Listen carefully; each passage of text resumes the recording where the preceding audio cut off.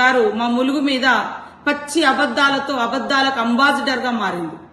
ఆమె హయాంలో ఏం మానవత్వం చూపించిందో చాలా మందికి తెలుసు. ఆమె మంత్రిగా ఉన్నప్పుడు ఎంతమందిని ఏ రకంగా చేసిందో అందరికీ తెలుసు. ఇవాళ వాస్తవాలు మాట్లాడు, అబద్దాలు మాట్లాడే 33 మంది ఆడ కంటెస్టెంట్స్ లైన్ లో కూర్చున్నారు. ఎవరి కాళ్ళు వాళ్ళు గడుపుకున్నారు. ఎవరి నుంచి వచ్చినటువంటి అమ్మాయి తను అత్యుత్సాహంతో ఆమె చేసిన పనికి ప్రభుత్వం అనడానికి సిగ్గనిపించట్లే మీకు? కాబట్టి సవితమ్మ అబద్దాలకు అంబాసిడర్ గా మారకు. తెలంగాణ ప్రభుత్వం ఎవరి కాళ్ళు కడిగడానికి సిద్ధంగా లేదు. మీలాంటి వాళ్ళు, మీ నాయకులు లాంటి వాళ్ళు తెలంగాణ ప్రజలను అణిచిపెట్టి కాళ్ళు కడిగించుకునే చరిత్ర, కాళ్ళు మొక్కించుకునే చరిత్ర ఆ కుటుంబాలది, ఆ నాయకులది, ఆ దురతనాంది, ఆ దురహంకారంది. కాబట్టి ఇవాళ అబద్దాలకు అంబాసిడర్ గా మారే సవితమ్మ, అదేవిధంగా బీఆర్ఎస్ నాయకులు తప్పుడు ప్రచారం చేసుకోకండి.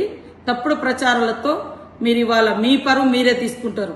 32 మళ్ళీ చెప్తున్నా, 33 మందిలో ఒక అమ్మాయి, ఆమె కూడా ఆ ఈవెంట్ మేనేజ్మెంట్ నుంచి వచ్చినటువంటి అమ్మాయి, ఆమె అత్యుత్సాహంగా చేసింది తప్ప